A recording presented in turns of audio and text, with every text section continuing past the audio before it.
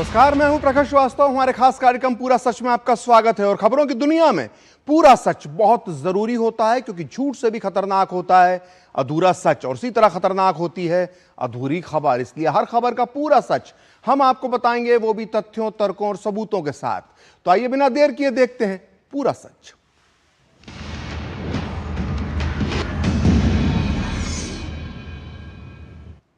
बिहार चुनाव में आज जननायक की बात हुई है। अगर आप जननायक का कोई दूसरा मतलब समझ रहे हैं तो आप गलत हैं, क्योंकि हम बात कर रहे हैं असली जननायक की, और उनका नाम है भारत रत्न स्वर्गीय कर्पूरी ठाकुर जी, जो बिहार ही नहीं बल्कि पूरे देश में जननायक के नाम से जाने जाते हैं।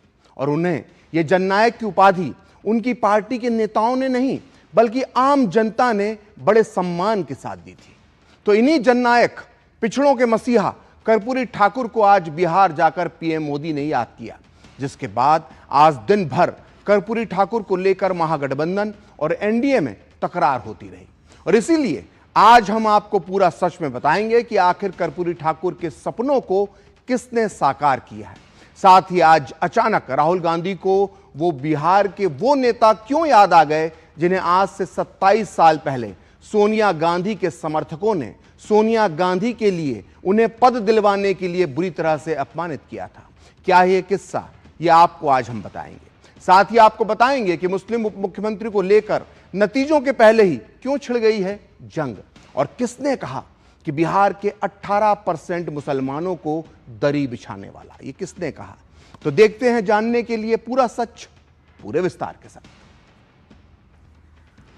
तो बिहार विधानसभा चुनाव के लिए नामांकन प्रक्रिया पूरी हो चुकी है। नाम वापसी के बाद अब उम्मीदवारों को लेकर भी तस्वीर पूरी तरह से साफ हो चुकी है। तो अब सभी राजनीतिक दलों ने अपना अपना पूरा फोकस चुनाव प्रचार और मुद्दों पर कर दिया है। इसी कड़ी में प्रधानमंत्री नरेंद्र मोदी ने आज भारत रत्न और जननायक कर्पूरी ठाकुर के गांव कर्पूरी ग्राम से बिहार में अपने चुनावी अभियान की शुरुआत की। प्रधानमंत्री नरेंद्र मोदी आज जब बिहार पहुंचे तो सबसे पहले समस्तीपुर के कर्पूरी ग्राम पहुंचे। वहां उन्होंने जननायक कर्पूरी ठाकुर की प्रतिमा पर माल्यार्पण कर श्रद्धांजलि दी। इस दौरान मुख्यमंत्री नीतीश कुमार और कर्पूरी ठाकुर के पुत्र रामनाथ ठाकुर भी मौजूद रहे। इसके बाद प्रधानमंत्री ने समस्तीपुर में विशाल चुनावी जनसभा को संबोधित किया। बिहार विधानसभा चुनाव की घोषणा के बाद यह प्रधानमंत्री मोदी की पहली चुनावी रैली थी।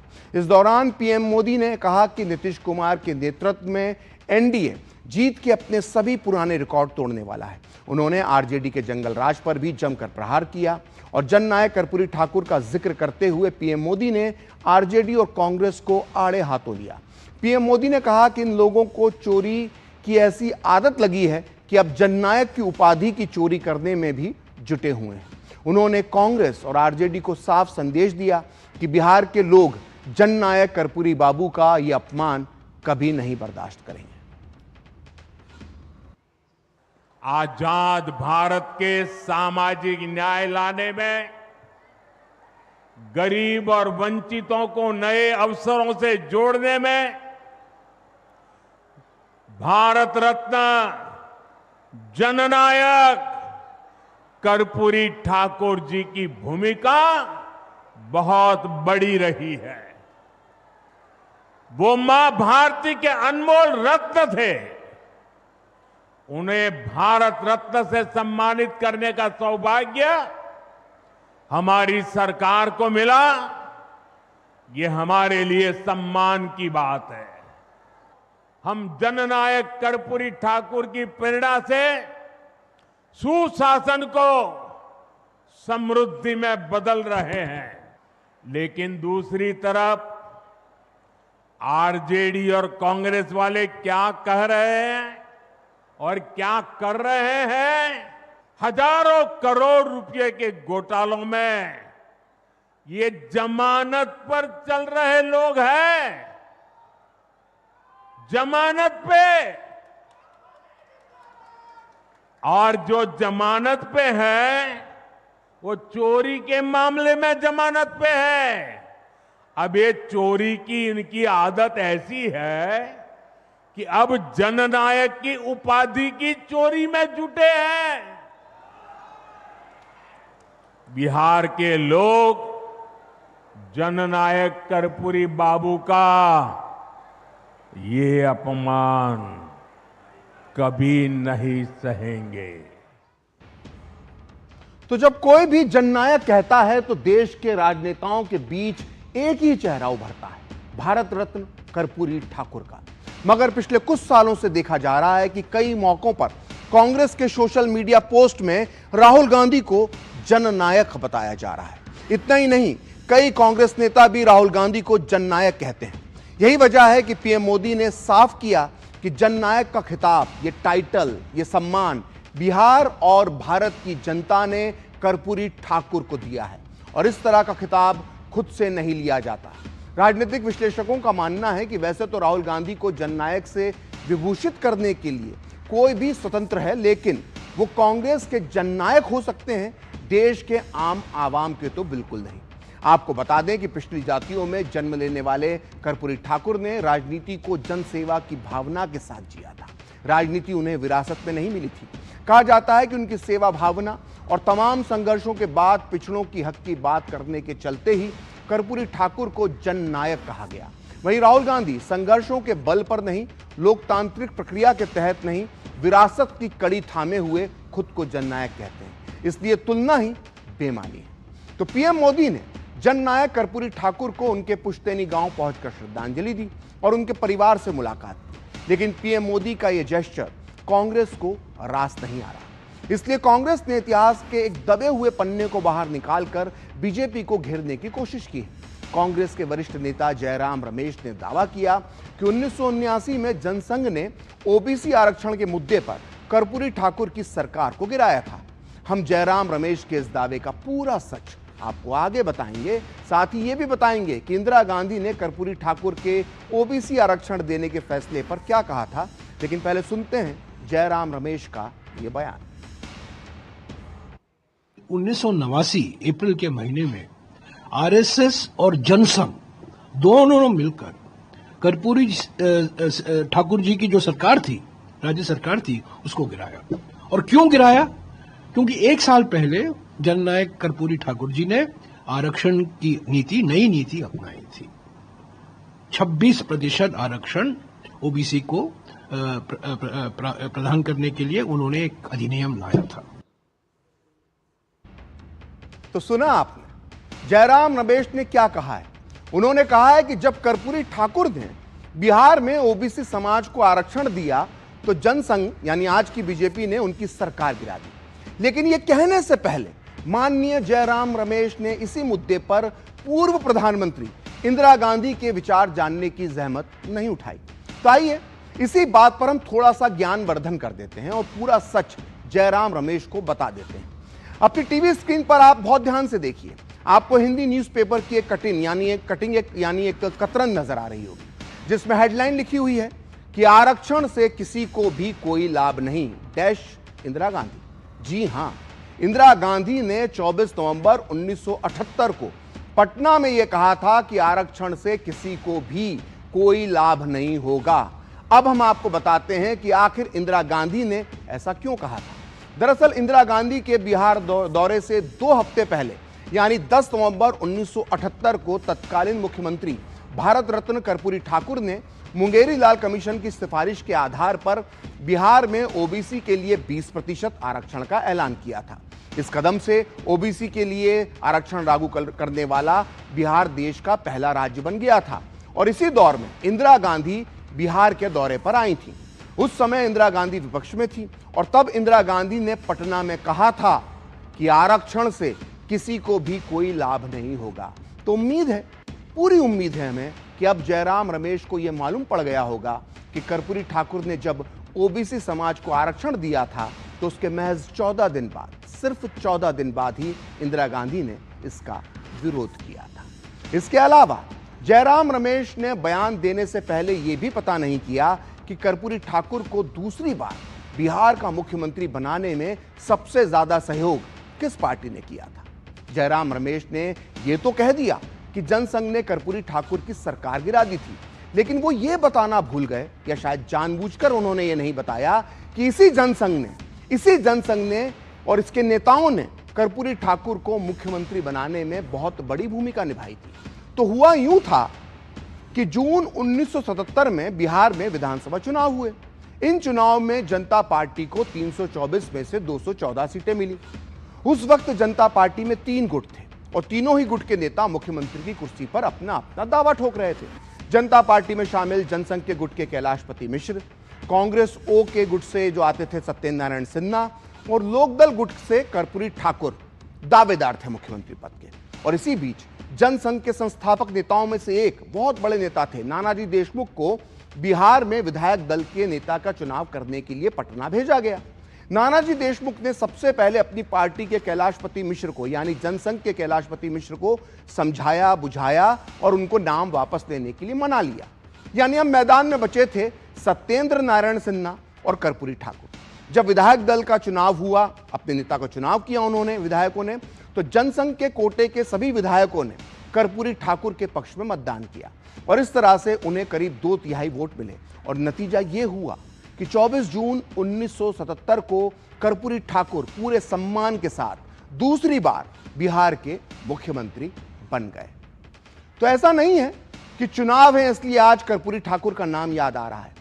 एनडीए का यह दावा है कि उनकी सरकार ने हमेशा कर्पूरी ठाकुर का सम्मान किया है। मिसाल के तौर पर मोदी सरकार ने कर्पूरी ठाकुर को 23 जनवरी 2024 को भारत के सबसे बड़े नागरिक सम्मान भारत रत्न देने की घोषणा की थी और उन्हें सम्मानित भी किया। इसके अलावा साल 2024 में ही कर्पूरी ठाकुर के जन्म शताब्दी वर्ष के तौर पर 2024 को मनाया गया। 24 जनवरी 2024 को कर्पूरी ठाकुर के सम्मान में एक डाक टिकट जारी किया गया। वहीं 2024 में ही भारत सरकार ने कर्पूरी ठाकुर की स्मृति में 100 रुपए का सिक्का जारी किया।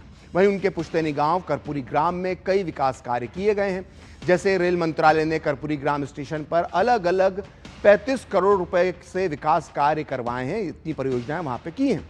वहीं कर्पूरी ठाकुर के विजन को सम्मान देते हुए मोदी सरकार ने ओबीसी आयोग को संवैधानिक दर्जा देने की पहल की और इसके अलावा कर्पूरी ठाकुर मातृभाषा में शिक्षा देने के पक्षधर थे, बहुत बड़े समर्थक थे वो इसके। और मोदी सरकार की नई शिक्षा नीति में कर्पूरी ठाकुर के इस विचार को सुनिश्चित किया गया है, समाहित किया गया है। तो जहां एक तरफ पीएम मोदी ने बिहार की धरती पर भारत रत्न कर्पूरी ठाकुर को याद किया, वहीं दूसरी तरफ कांग्रेस के नेता राहुल गांधी ने पार्टी के पूर्व अध्यक्ष और लंबे समय तक पार्टी के कोषाध्यक्ष रहे सीताराम केसरी को याद किया। यह खबर इसलिए बड़ी हो गई क्योंकि कांग्रेस ने 27 साल बाद पहली बार उनकी पुण्यतिथि मनाई। सीताराम केसरी को 1998 में कांग्रेस ने बेआबरू करके अध्यक्ष पद से हटाया था और उनकी जगह पर सोनिया गांधी को अंतरिम अध्यक्ष बना दिया गया था। यह एक तरह से रक्तहीन तख्ता पलट था। इसके बाद केसरी को कांग्रेस ने भुला दिया और सन 2000 में उनका देहांत हो गया।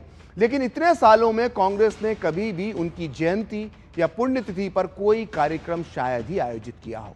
लेकिन 25 साल बाद वक्त ने करवट बदली, बिहार के चुनाव आ गए और सामाजिक न्याय की धरती जब बिहार में चुनाव आ गए तो अरसे बाद कांग्रेस को भी, राहुल गांधी को भी सीताराम केसरी की अचानक याद आ गई। तो चुनावी माहौल में सीताराम केसरी को याद करते हुए जब राहुल गांधी ने उन्हें श्रद्धांजलि दी तो पीएम मोदी ने भी बेगूसराय की चुनावी रैली में सीताराम केसरी का जिक्र करते हुए बिहार की जनता को यह याद दिलाया कि किस तरह से कांग्रेस और गांधी परिवार ने सीताराम केसरी का अपमान किया था। कांग्रेस के पूर्व अध्यक्ष सीताराम केसरी जी की पुण्यतिथि है। देश कभी नहीं भूल सकता कि किस तरह कांग्रेस के इस परिवार ने सीताराम केसरी जी का अपमान किया था। आज का दिन हमें याद दिलाता है कि कांग्रेस दलितों, पिछड़ों के अधिकार छीनने के लिए क्या कुछ कर सकती है। इन लोगों के लिए सिर्फ अपना परिवार ही सबसे बड़ा है। और आपने टीवी पर भी देखा होगा। तो पीएम मोदी ने बेगूसराय में कांग्रेस के नेता सीताराम केसरी के अपमान का जिक्र किया है। बिहार के रहने वाले सीताराम केसरी कांग्रेस के पूर्व अध्यक्ष थे। आइए आपको बताते हैं पूरा सच कि किस तरह से 1998 में सीताराम केसरी को अपमानजनक तरीके से कुर्सी से हटाकर तख्ता पलट करके सोनिया गांधी को पहली बार अध्यक्ष की कुर्सी पर बिठा दिया गया था। तो बिहार के पिछड़े समाज से आने वाले सीताराम केसरी को 1996 में कांग्रेस पार्टी के अध्यक्ष के तौर पर चुना गया था। इसके बाद 1998 में कांग्रेस के बड़े नेताओं ने यह तय किया कि सीताराम केसरी को हटाकर सोनिया गांधी को अध्यक्ष बनाने से पार्टी को फायदा होगा। लेकिन सीताराम केसरी पार्टी के चुने हुए अध्यक्ष थे और कांग्रेस पार्टी के संविधान के अनुसार चुने गए अध्यक्ष को हटाए जाने का प्रावधान नहीं है। इसलिए केसरी से जबरन, जी हां जबरन, इस्तीफा लेने का प्लान तैयार किया गया। इसके लिए खुद सीताराम केसरी पर यह प्रेशर डालकर उनसे ही 5 मार्च 1998 को कांग्रेस वर्किंग कमेटी की एक बैठक बुलाई गई। 24 अकबर रोड पर हुई, जो कांग्रेस का पुराना मुख्यालय था, पर हुई इस बैठक में ठीक वही हुआ जिसका अंदाजा था। बैठक शुरू होने के बाद वरिष्ठ नेता क्या, जो सोनिया गांधी के कैंप के नेता थे, ऐसे वरिष्ठ नेताओं ने सीताराम केसरी को अध्यक्ष पद से इस्तीफा देने और अपनी जगह सोनिया गांधी को नामांकित करने के लिए दबाव डाला। जबरन इस्तीफा देने की बात सुनते ही सीताराम केसरी नाराज हो गए और बैठक वाले हॉल से बाहर निकल गए। इसके बाद बाकी नेताओं ने सोनिया गांधी को पार्टी का राष्ट्रीय अध्यक्ष घोषित कर दिया और फिर इस फैसले की एक कॉपी सोनिया गांधी के घर भेज दी गई 10 जनपद, जो बिल्कुल 24 अकबर रोड से लगा हुआ था, जिसे सोनिया गांधी ने इस ऑफर को स्वीकार कर लिया। कहते हैं कि सोनिया के पार्टी की कमान संभालने तक सीताराम केसरी को घंटों तक कांग्रेस दफ्तर के बाथरूम में बंद करके रखा गया था। और सोनिया के अध्यक्ष बनने के बाद जब बुजुर्ग केसरी, उस समय 80 साल से ऊपर उम्र थी उनकी, जब बुजुर्ग केसरी दफ्तर से बाहर जा रहे थे, तो उस वक्त की मीडिया रिपोर्ट्स, खासकर इंडिया टुडे की रिपोर्ट के मुताबिक कुछ युवा कांग्रेस कार्यकर्ताओं ने उनकी धोती तक खींचने की कोशिश की थी। तो इस बीच महागठबंधन के सीएम चेहरा और आरजेडी उम्मीदवार तेजस्वी यादव ने भी चुनाव प्रचार शुरू कर दिया है। सहरसा में चुनावी सभा को संबोधित करते हुए उन्होंने यह दावा किया कि जो काम पिछले 20 साल में नीतीश कुमार की सरकार नहीं कर पाई है, वो काम वो 20 महीने में कर दिखाएंगे। साथ ही उन्होंने ये भी पूछा कि एनडीए का सीएम फेस कौन है। आज एनडीए का सीएम का चेहरा कौन होगा पता नहीं है। अमित शाह कह दिए कि अब जब चुनाव हो जाएगा तो विधायक लोग तय करेगा कि मुख्यमंत्री का चेहरा कौन होगा। यानी एक बात तो तय है, नीतीश कुमार जी को अमित शाह और भाजपा के लोग दोबारा मुख्यमंत्री बनाने नहीं जा रहे। हमको दुख है इस बात का कि भाजपा के लोग उनके साथ अन्याय करने का काम कर रहे हैं। तो तेजस्वी को जवाब देते हुए बीजेपी नेताओं ने कहा कि वो नीतीश कुमार के नेतृत्व में चुनाव लड़ रहे हैं और बिहार में सीएम पद की कोई वैकेंसी खाली नहीं है। 2025 फिर से नीतीश का साल होगा और यही नारा भी दिया गया। वहीं जेडीयू ने कहा कि नीतीश कुमार ही सीएम होंगे और इसमें किसी को संदेह नहीं होना चाहिए। मुख्यमंत्री का चेहरा तो तब घोषित किया जाता है जब कोई वैकेंसी हो। हम तो कहते हैं कि नरेंद्र मोदी जी के वहां पर जो नेतृत्व में और नीतीश कुमार जी ने जो विकास के काम किए हैं, नीतीश कुमार जी के नेतृत्व में हम चुनाव लड़ रहे हैं। तो जब नेतृत्व में चुनाव लड़ रहे हैं तब ये सवाल ही कहां उठता है, वैकेंसी ही नहीं है। 2025 फिर से नीतीश। भ्रष्टाचारी, बेईमान, चार्जशीटेड लोगों को जनता किसी सूरत में तख्त सौंपने नहीं जा रही है। बिहार की अगुवाई नीतीश कुमार जी कर रहे हैं, मुख्यमंत्री हैं और अगली सरकार के नेता और मुख्यमंत्री भी वही होंगे। तो बिहार चुनाव को लेकर महागठबंधन में जब सीएम और डिप्टी सीएम फेस के मुंह दिखाई हो रही थी, तब सूबे का सबसे बड़ा वोट बैंक, मुस्लिम वोट बैंक, मायूस होकर किनारे बैठे देख रहा था इस पूरे मसले को, इस पूरे मामले को। महागठबंधन ने हाल में ही तेजस्वी यादव को मुख्यमंत्री पद का चेहरा घोषित किया है, जबकि वीआईपी के मुकेश सहनी को डिप्टी सीएम का चेहरा बनाया गया है। कहा जा रहा है कि जब 2.5% आबादी वाले को मंच से डिप्टी सीएम का चेहरा घोषित किया जा सकता है, तो 18% वाले तबके यानी मुस्लिम समाज को पीछे क्यों रखा जा रहा है। अब इस मुद्दे पर एनडीए के नेता कह रहे हैं कि महागठबंधन मुस्लिम समुदाय को सिर्फ वोट बैंक के तौर पर इस्तेमाल करता है, प्रतिनिधित्व नहीं देता है। आप भी सुनिए एनडीए नेताओं ने क्या कहा। इनको सिर्फ वोट बैंक बना के रखना है ऐसे समुदाय को। मुसलमानों की बात करेंगे, बट जब रिप्रेजेंटेशन की बात आएगी तो रिप्रेजेंटेशन देंगे नहीं। महागठबंधन ने ये सोच लिया है कि माइनॉरिटीज़ के लोगों की कोई वैल्यू नहीं है। महागठबंधन ने ये मान लिया है कि मुस्लिम समाज को सिर्फ वो डरा कर वोट लेंगे, उनकी कोई अहमियत नहीं है। टिकट में भी मुस्लिम समाज के साथ अनदेखी महागठबंधन ने की, और जब मुख्यमंत्री और उप मुख्यमंत्री का उम्मीदवार बनाया उसमें भी अल्पसंख्यक समाज अपने आप को ठगा हुआ सा महसूस कर रहा है। तो मुस्लिम उप मुख्यमंत्री के मुद्दे पर महागठबंधन घिरता जा रहा है। इस मुद्दे पर सिर्फ एनडीए ही नहीं बल्कि बाकी दूसरे दल भी अब तंज कस रहे हैं। बिहार में मुस्लिम वोटों पर दावेदारी ठोकने वाली ओवैसी की पार्टी एआईएमआईएम के एक नेता ने महागठबंधन पर जबरदस्त प्रहार किया है। पार्टी की यूपी इकाई के अध्यक्ष शौकत अली ने एक सोशल मीडिया पोस्ट करके तेजस्वी और महागठबंधन को निशाने पर लिया है। इस पोस्ट में लिखा है कि 2% वाला उप मुख्यमंत्री, 13% वाला मुख्यमंत्री और 18% वाला दरी बिछाने वाला। शौकत अली आगे लिखते हैं कि जब हम कुछ कहेंगे तो बोलेंगे अब्दुल तू चुप बैठ वरना बीजेपी आ जाएगी। दरअसल इस पोस्ट के माध्यम से शौकत मियां कहना चाह रहे हैं कि बिहार में मुसलमान 18% हैं, फिर भी उन्हें कोई पद नहीं दिया जा रहा है, बल्कि सिर्फ उनसे दरी बिछवाई जा रही है।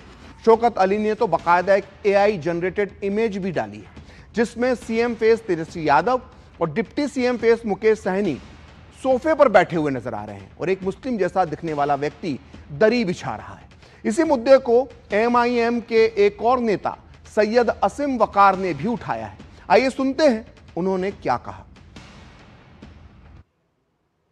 बिहार में 13% वाले यादव जी 4% वालों से कह रहे हैं कि तुम हमको वोट दो, हमें मुख्यमंत्री बनाओ, हम तुम्हें डिप्टी सीएम बना देंगे। 2% वालों से भी कह रहे हैं कि हमको वोट दो, हम तुम्हें डिप्टी सीएम बना देंगे। 6% वालों से भी कह रहे हैं कि तुम हमें वोट दो, हम तुम्हें डिप्टी सीएम बना देंगे। और वही 13% वाले यादव जी 18% मुसलमानों से कह रहे हैं कि तुम हमको वोट दो, हम तुमको बीजेपी से बचा लेंगे। यादव जी अब आप हमें ना बचाइए, दरअसल अब हम आपको बचाएंगे। और अगर आपको खुद बचना है और मुख्यमंत्री बनना है तो आपको 18% मुसलमानों को डिप्टी सीएम बनाना पड़ेगा। हम मुसलमानों को अकल आ गई है।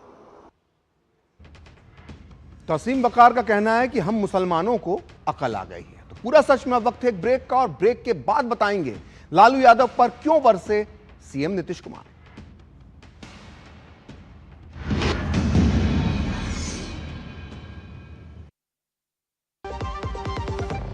लाल रंग इसका अपार, तीखा कम है फिर भी स्वाद, बेमिसाल बेमिसाल MDH Kashmiri, MDH Kashmiri. MDH। LIC युवा प्रोफेशनल्स के लिए लाए हैं नव जीवन श्री। करें नियमित प्रीमियम का भुगतान, जीवन बीमा का आनंद लें, प्राप्त करें प्रीमियम के प्रतिशत पर गारंटीकृत एडिशंस, अपने वित्तीय लक्ष्यों के अनुरूप मैच्योरिटी पर गारंटीकृत धनराशि पाएं। मौजूदा पॉलिसी धारकों के लिए आकर्षक अतिरिक्त लाभ। आज ही खरीदें।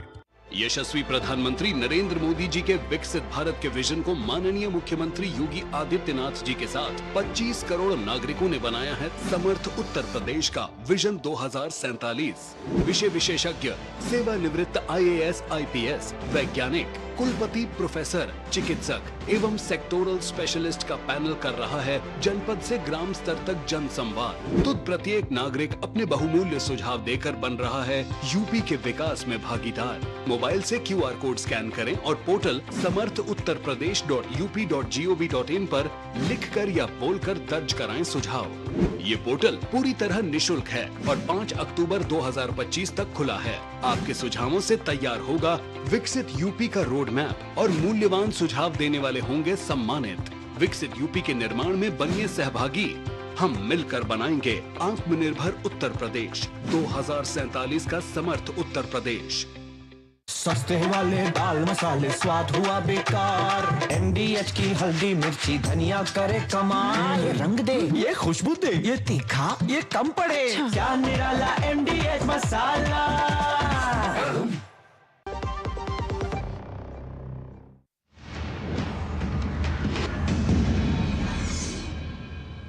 ब्रेक के बाद पूरा सच में आपका फिर से स्वागत है। तो मुस्लिम उप मुख्यमंत्री के मुद्दे पर महागठबंधन नेताओं से जब पूछा गया तो मुकेश सहनी से कहा कि एनडीए को अल्पसंख्यकों के बारे में सोचने की जरूरत नहीं है, हम देख लेंगे। लेकिन इस बीच आरजेडी से भी मुस्लिम डिप्टी सीएम की मांग उठने लगी है।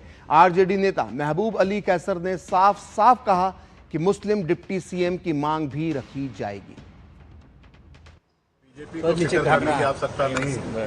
यही बीजेपी है जो हमारे अल्पसंख्यक भाई को कहते हैं कि हिंदुस्तान को छोड़कर आप दूसरे जगह चले जाओ। ये आज उनको डर सताने लगा है। ये बताए बीजेपी कि क्या अति पिछड़ा का बेटा, मल्ला का बेटा को डिप्टी सीएम बनाना, क्या इनके पेट में इतना दर्द है? और वो अल्पसंख्यक भाई के लिए फिक्र हम करेंगे, आप वो फिक्र मत कीजिए। अल्पसंख्यक में कहीं से कोई कमी नहीं है। उनको जो रिप्रेजेंटेशन है वो भले पिछले एमपी के चुनाव में एक आध सीट कम मिला, लेकिन उसके अलावा एमएलसी में देखिए, एमएलए में देखिए, सबसे में उनको लगभग 18% जो हम लोग का पॉपुलेशन उस हिसाब से लगभग मिल रहा है। हमारे पार्टी में तो डिमांड होगा कि बने, बिल्कुल हम लोग का तो डिमांड होगा ही कि अल्पसंख्यक से एक डिप्टी मुख्यमंत्री बने। तो जब पार्टी के बाहर और अंदर से ये आवाज उठने लगी तो आखिरकार तेजस्वी को भी ऐलान करना पड़ा कि सरकार बनने पर और भी समाज और धर्म के लोगों को उप मुख्यमंत्री का दायित्व देने का वो काम करेंगे। मुकेश जी, हम सब लोगों के साथ आए उप मुख्यमंत्री बनेंगे, अति पिछड़ों के आवाज को बुलंद करेंगे और आने वाले सहनी जिंदाबाद जिंदाबाद जिंदाबाद आने वाले समय में और भी समाज धर्म के लोगों को उप मुख्यमंत्री का हम लोग जो है दायित्व देने का काम करेंगे। वो भी आप लोगों को कुछ दिनों के अंदर बता दिया जाएगा। तो आज पूरा सच में इतना ही। मुझे और मेरी पूरी टीम को दीजिए अनुमति। नमस्कार।